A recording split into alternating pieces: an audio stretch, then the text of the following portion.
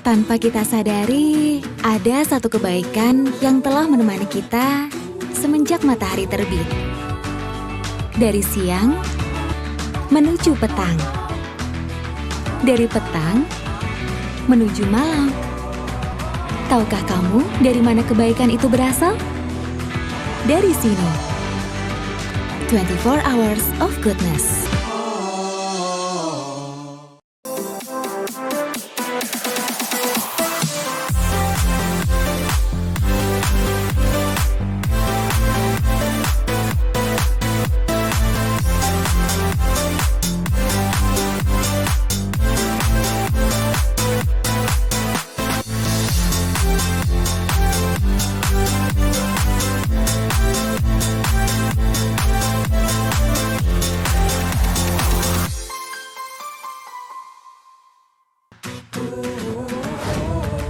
Tanpa kita sadari, ada satu kebaikan yang telah menemani kita semenjak matahari terbit. Dari siang menuju petang. Dari petang menuju malam. Tahukah kamu dari mana kebaikan itu berasal? Dari sini. 24 Hours of Goodness.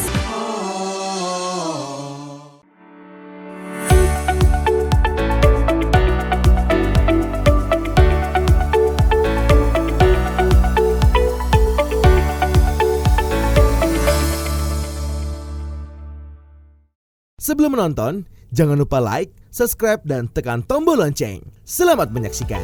Acara ini didukung oleh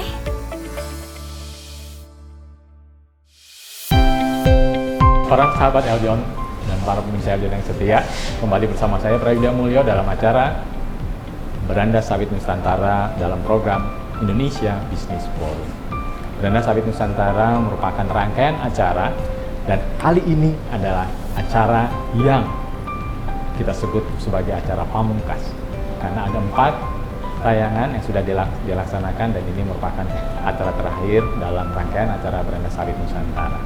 Acara ini menjadi terselenggara berkat dukungan Badan Pengelola Dana Perkebunan Kelapa Sawit, Kementerian Keuangan bersama dengan MAKSI, Masyarakat Perkelapa Sawitan Indonesia, tentunya didukung oleh para pelaku industri, PPKS Medan, PT PDN 4, Kebun dan Pabrik Adolina, serta PPKS Malihat. Dan hari ini kita juga didukung oleh para narasumber yang sangat istimewa yang berkenan hadir untuk membahas lebih lanjut tentang sejarah, perkembangan, dan masa depan industri perkebunan kelapa sawit Indonesia. Mari kita sapa para narasumber yang telah hadir di studio Eljon hari ini.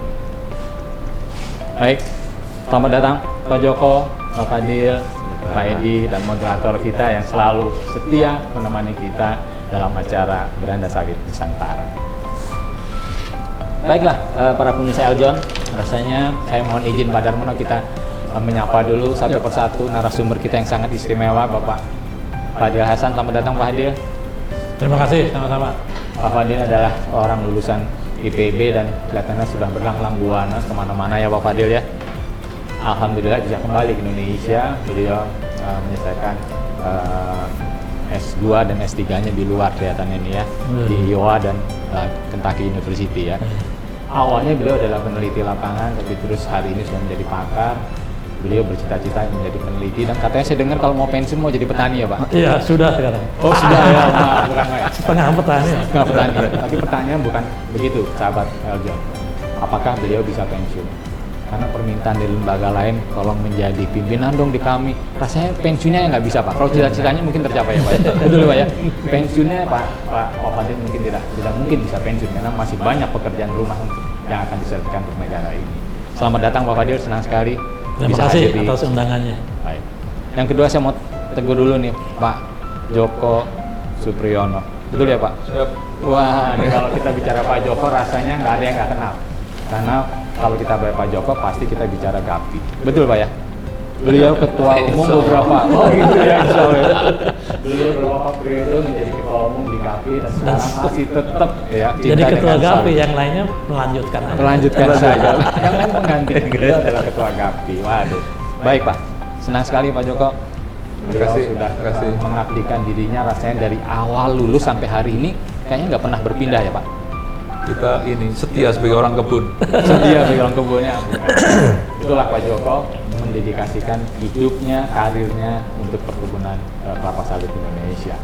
Selamat datang Pak Joko, terima kasih. Terima kasih.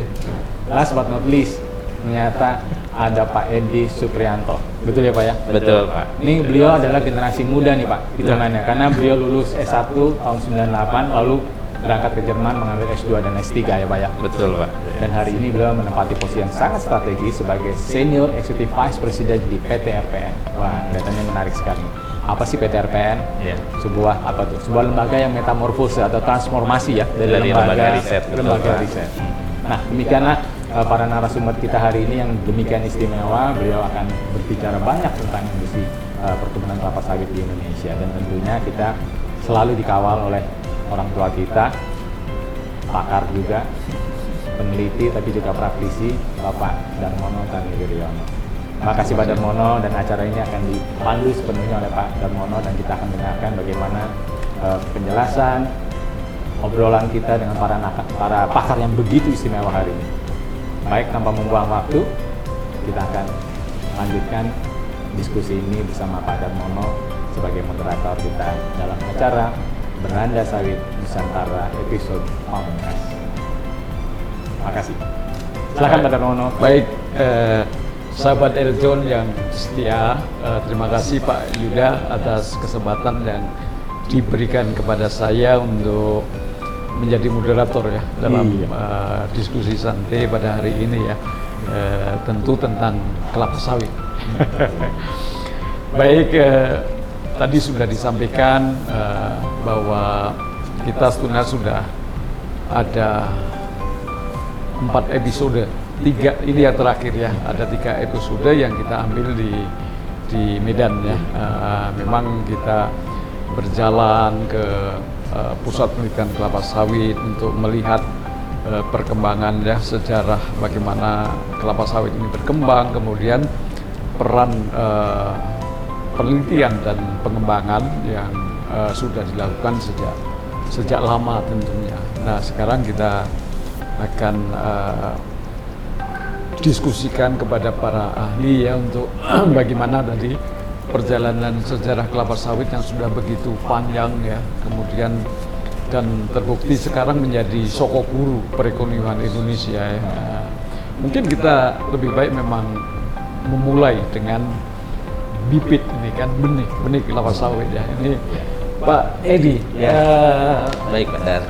Pak Edi sudah berkecimpung di dalam perbenihan kelapa sawit ini sudah berapa lama? Sudah 24 tahun. 24 tahun, luar biasa. Seperempat abad ya Pak. Seberapa abad. Oke, baik.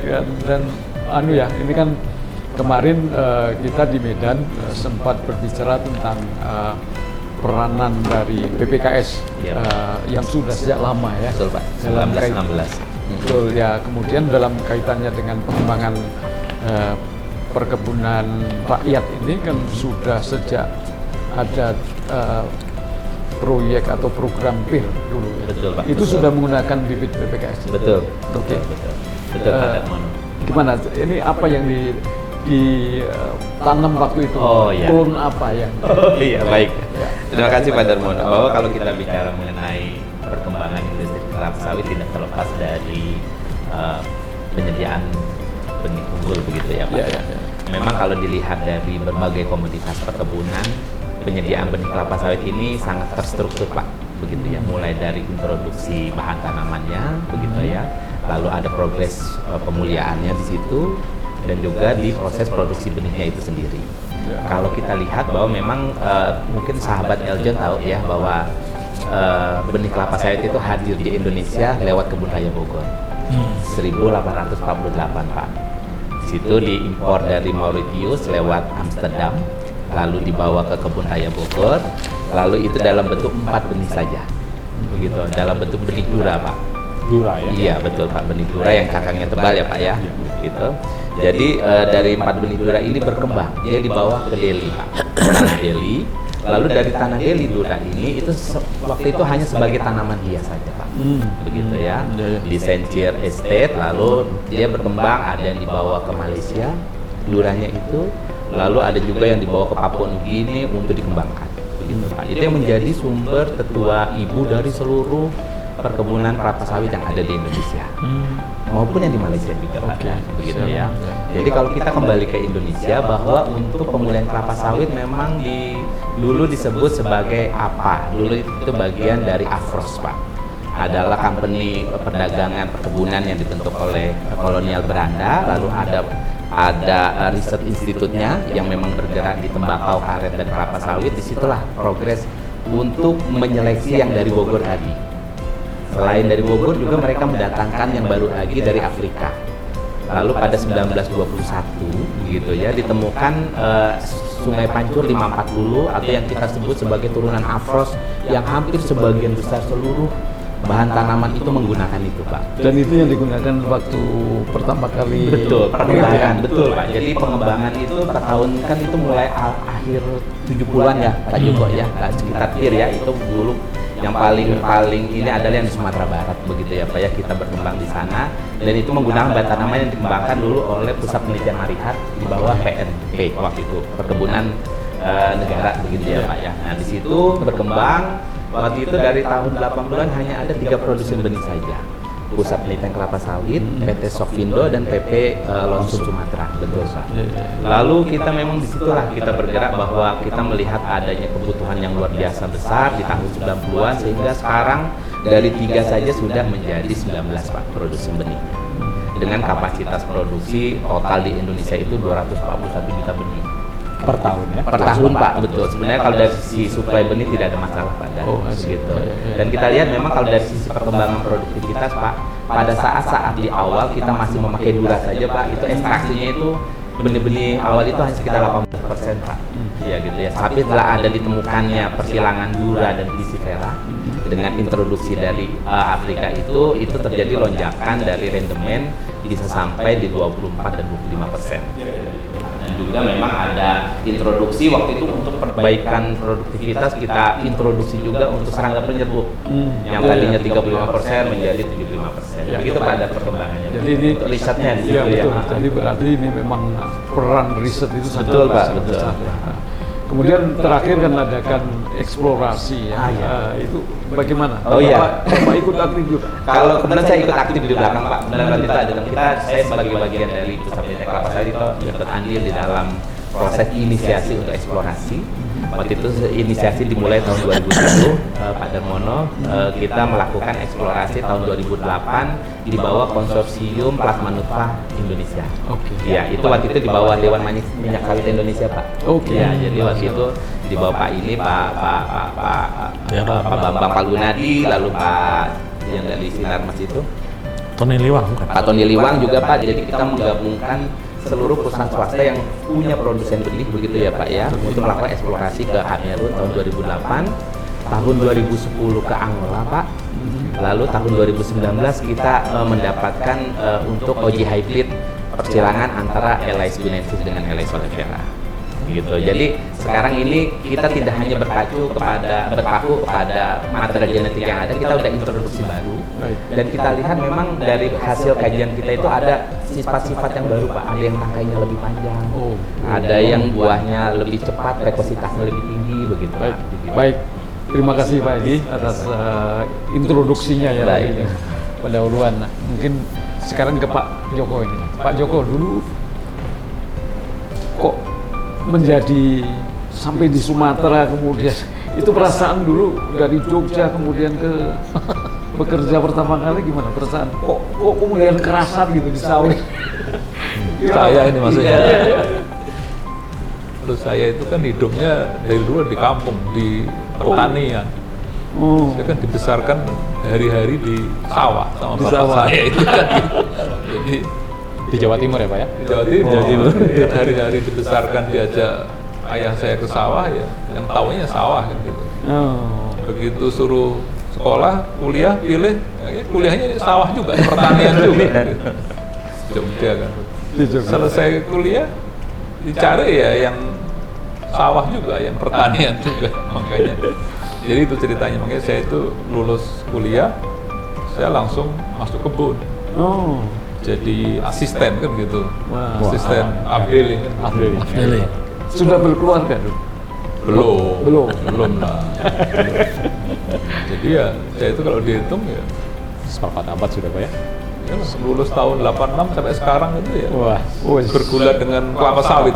Iya, Di kebun, di kantor pusat, jadi ya macam-macam kan. Iya, iya. Jadi Dan karena sudah begitu lama tadi ya bekerja di kelapa sawit, mungkin ada dilihat mengenai perkembangan teknologi sejak Bapak masuk kemudian sampai sekarang, kira-kira ada teknologi-teknologi yang iya. banyak diaplikasikan. Tadi kan ada dari pusat penelitian kelapa sawit.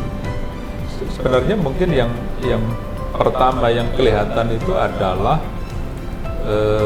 kalau kita bicara teknologi di bidang kelapa sawit itu, mungkin yang justru kelihatan pertama itu adalah mengenai bibit tadi itu, benih itu. Jadi sejalan dengan pengembangan perkebunan sawit di Indonesia, dan kemudian juga tadi diceritakan oleh Pak Edi, kemudian ada program riset di bidang pemuliaan. Memang sebenarnya itu yang memberikan support ya, sehingga produksi sawit Indonesia itu meningkat dalam waktu yang relatif cepat ya. Bayangkan kalau misalnya tahun 80 itu saya belum ada apa-apa, 80 ya, belum ada apa-apa. Jadi sebenarnya kan bibit produksi riset atau ini kan sebenarnya kan 80-an akhir lah baru mulai. Ya itu sejalan dengan pemerintah mengembangkan program ekspansi, kemudian melalui BPSN, melalui program PIR. Nah itu sebenarnya itu disupport oleh hasil riset dengan bibit yang baru itu, yang kemudian dari situ kemudian eksponensial menurut saya. Produksi Indonesia itu terjadi kenaikan eksponensial itu ya tahun 2000 ke atas. Jadi itu menurut saya yang paling menonjol menurut saya kalau kita bicara teknologi ya itu bibit ya. Kedua mungkin yang juga mendukung sejalan dengan perkembangan sawit Indonesia adalah dari sisi pengolahan, refinery. Jadi karena kan juga kalau kita lihat itu pengembangan kapasitas refinery juga eksponensial tuh di tahun 2000 ke atas itu.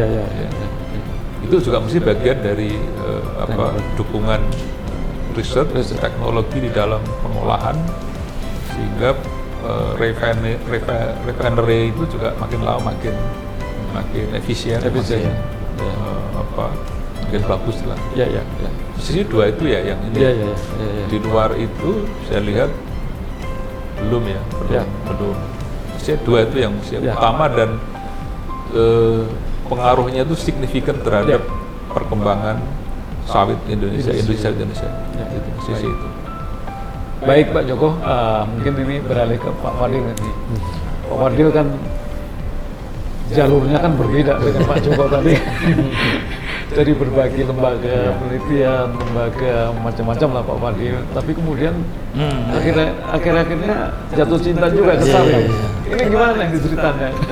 Dari peneliti loh Pak, dari peneliti lapangan gitu kan. Sekarang jadi CEO. Gimana Pak Fadil? Iya, jadi sebenarnya awal mula keterlibatan saya dengan industri sawit itu adalah ketika saya jadi peneliti di HIID, Pak. HIID itu Harvard Institute for International Development. Itu konsultan yang ada di Kementerian Keuangan saat itu ya, tahun 80-an gitu lah ya. Habis itu waktu saya sekolah ngambil S3, kemudian saya menulis disertasi tentang kelapa sawit. Itu tahun 2000 lah, tahun 2000. Jadi selesai tahun 2000 kan, dan kemudian sempat juga publish satu papers tentang kelapa sawit itu di jurnal internasional. Nah, jadi setelah pulang ke Indonesia memang saya nggak terlibat lagi dengan industri kelapa sawit karena di bidang lain lah. Ya kan? Nah kemudian Waktu itu saya ingat Pak Jumri dan Pak Joko ngajak saya bergabung di GAPKI. Oh, Ya, Itu sempat tahun jadi direktur eksekutif ya di GAPKI ya. dari 2009 lah gitu. Jadi setelah Ini itulah Pak Joko melihat Pak Fadil gimana ini kok bisa? ya setelah itu ya terlibatlah di industri sawit ini sampai sekarang gitu. Iya. Jadi ya secara konseptual, secara apa namanya ekonomi saya udah tahu sejak tahun 2000 lah, ketika saya nulis disertasi itu kan. Wah. Nah, tapi kemudian lebih sebagai istilahnya terlibat langsung. Ya sejak saya jadi direktur eksekutif di GAPKI itu. Ya. Nah sampai sekarang ya setelah selesai di GAPKI ya masih tetap di pengurus GAPKI, kemudian di perusahaan dan seterusnya lah seperti itu. Tetap kira-kira. sawit ya? Nah, tetap Sawit. Makanya saya bilang tadi nggak mungkin pensiun, Pak. Cita-cita tercapai sebagai peneliti dan petani, tetapi pensiunnya nggak tercapai, Pak. Pak Joko dulu kok melihat Pak Fadil ini di mana? Bukan, karena gini sebenarnya saya itu kan 2009 itu saya jadi sekjen. Iya. Sekjen. Dan saya itu selalu memperhatikan karena kan GAPKI ini kan lebih banyak aktivitinya kan advokasi kebijakan. Advokasi kebijakan. Jadi termasuk sebenarnya tahun-tahun itu tuh yang paling menonjol dan menjadi concern kita industri itu adalah kebijakan-kebijakan di bidang ekonomi. Tahun berapa itu? 2009. Terutama adalah saya masih ingat terutama dari dulu tuh kita emang paling ribut kalau soal pajak ekspor. Iya. Itu dulu belum ada lagi pajak ekspor. Iya. Nah, itulah. Jadi pajak ekspor ini kan kayak di satu sisi itu sebagai instrumen pemerintah dengan alasan ini itu minyak goreng, tapi sebenarnya sisi yang kita ini jadi beban. Itu makanya terus jadi pilihannya situ Pak Fadil karena background Pak Fadil waktu itu sebenarnya Pak Fadil itu masih di Indef. Di Indef, jadi ya karena kita tahu lah Indef ini ya partner kita untuk diskusi soal kebijakan-kebijakan di bidang ekonomi. Jadi karena concern kita soal itu pada waktu itu adalah pilihannya Pak Fadil lah untuk bantu yang sudah pasti memahami dari aspek ekonominya. Ya karena beliau juga sempat mampir di DPR, di Komisi Banggar ya Pak ya. Ya Sempat di apa namanya? Istilahnya I had so many head lah. Ya betul Pak. Beliau pernah jadi Badan Supervisi Bank Indonesia. Jadi artinya banyak sekali yang akhirnya dilirik GAPKI ya Pak ya. Dan ternyata kontribusinya besar sekali. Yang menarik sekali Pak tadi, begitu besarnya ya perkembangan benih ya, permintaan begitu besar mungkin karena memang pada saat itu kebijakan pemerintah adalah ekstensifikasi Pak. Karena kan di awal tahun 70 mungkin kita sehabis nasionalisasi perusahaan-perusahaan Belanda mungkin belum sampai 1 juta. Tapi setelah itu ada PBN, PBSN dan seterusnya, dibutuhkan benih-benih yang cukup banyak ya karena memang ekstensifikasi. Nah kalau sekarang nih eranya mungkin intensifikasi ya, dengan munculnya moratorium kita nggak akan nambah-nambah lagi sehingga produktivitas yang harus ditingkatkan begitu Pak ya. Nah kira-kira peranan benih atau bibit tadi untuk bisa meningkatkan produktivitas sejauh mana Pak? Kalau kemarin kita harus juta-juta benih kan apa berjuta-juta hektar kita mau tanam.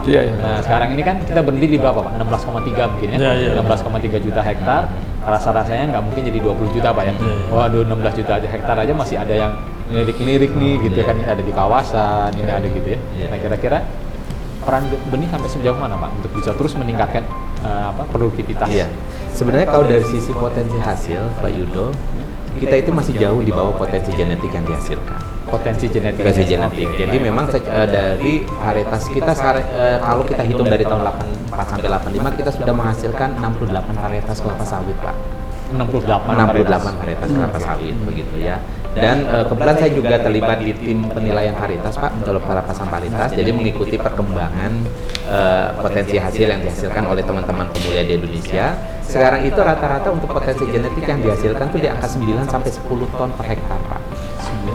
CPO ya Pak ya. CPO ya, minyak gitu ya minyak. Ada beberapa bisa sampai ke 12 Pak begitu ya dari situ. Kalau kita lihat dari sana sebenarnya kita masih jauh dari potensi genetik yang kita hasilkan untuk saat ini.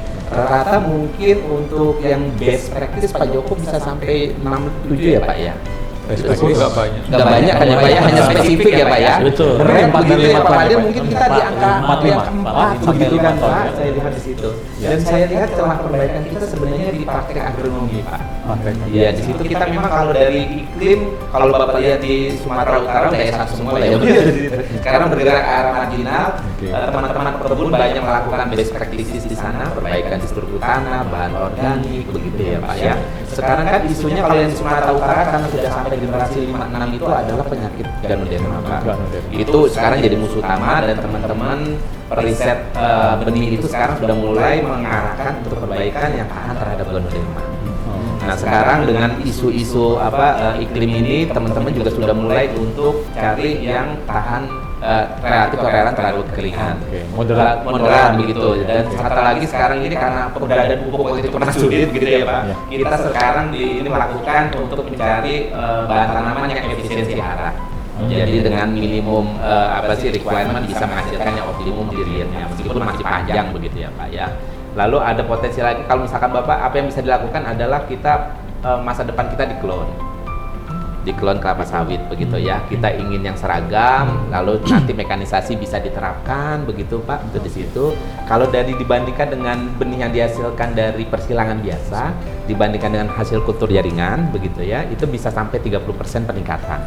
Jadi sebenarnya celah improvement banyak Pak, begitu dan kita sudah punya sumber daya itu semua. Semua benda. Iya betul Pak. Begitu, Pak. Pak Edi, kita kan bicara tadi moratorium ya. Moratorium. Barangkali memang apa yang diupayakan, misalnya apakah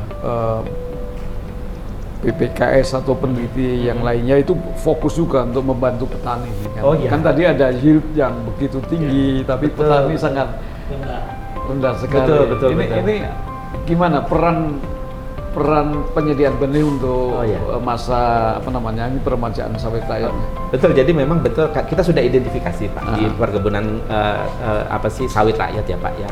Kita sudah berjalan, kita sudah menginisiasi yang namanya program sawit untuk rakyat, Promitra Pak. Kita inisiasi sejak tahun 2010. Itu kita bergerak menyalurkan kecambah itu dengan bahan tanaman ke sentra-sentra perkebunan rakyat. Mulai dari Aceh sampai ke Lampung Pak, gitu ya. Dengan menggunakan mobil kita bawa kayak AC begitu ya. Jadi disitulah kita bisa tahu bahwa memang teman-teman petani ini berkembang tanpa didampingi Pak. Begitu. Jadi mereka dengan sendiri begitu ya. Dan ini itu yang kita lakukan adalah kita waktu itu dengan slogan mendidik, mendampingi, melayani begitu ya Pak ya. Kita sampaikan bahan tanaman unggul, kita berikan brosur-brosur, lalu kita kumpulkan di balai desa untuk penyuluhan begitu ya Pak ya. Dan ini saya lihat di teman-teman produsen benih yang lain juga sudah melakukan hal yang sama. Dan itu alhamdulillah sudah ini. Kalau Bapak lihat di YouTube begitu ya, banyak sekali testimoni terkait dengan produsen-produsen benih yang berkunjung ke petani langsung sudah terasa setelah 10 tahun Pak. Begitu ya. Saya senang sekali kebetulan inisiatornya begitu ya, terlibat di dalamnya dan mudah-mudahan ini terus berkembang lah Pak untuk di situ Pak. Mengenai PSR ini memang satu yang jadi ini adalah kita ada gap di antara rencana dengan penyediaan benih Pak Joko. Begitu ya, bahwa kita selalu ada gap gimana menyediakan benih tepat waktu yang unggul begitu ya Pak ya. Dan sudah langsung ditanam di program PSR. Mungkin tapi dengan terobosan Dirjen Bun melalui Babebun ya, Bank Benih Perkebunan, mudah-mudahan itu bisa dihidupkan begitu Pak. Baik, ini kelihatannya waktu ini yang di sesi pertama kita jeda dulu para sahabat Eljon. Sepertinya waktu juga nih yang membuat kita terhenti sejenak. Begitu menariknya kalau kita bicara benih, karena benih asal muasal dari tingkat produksi yang baik. Tadi Pak Joko mengatakan banyak sekali perkembangan setelah tahun 90, tahun 2000 terjadi eksponensial, dan kita akan bahas nanti di sesi kedua. Tetap bersama kami Eljon TV dalam acara Beranda Sawit Nusantara.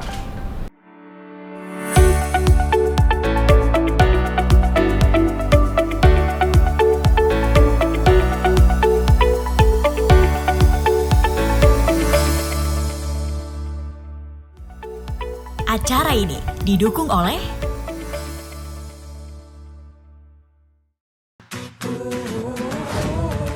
Tanpa kita sadari, ada satu kebaikan yang telah menemani kita semenjak matahari terbit.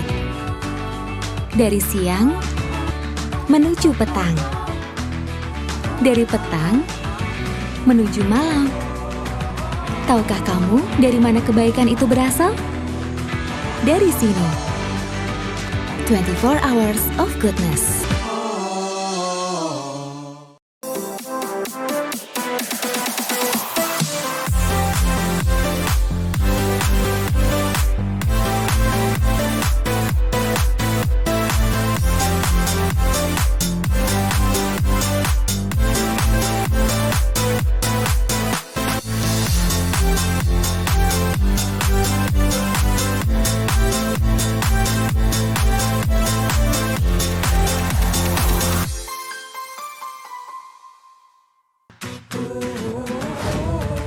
Tanpa kita sadari, ada satu kebaikan yang telah menemani kita semenjak matahari terbit. Dari siang menuju petang. Dari petang menuju malam. Tahukah kamu dari mana kebaikan itu berasal? Dari sini. 24 Hours of Goodness. So, saya Mawar Salem, pamit undur diri. Ada kamera nih. So, gimana nih kalian? Pasti udah pada nonton semua kan? Karena kalian udah nonton, berarti kalian harus like and subscribe ya. See you!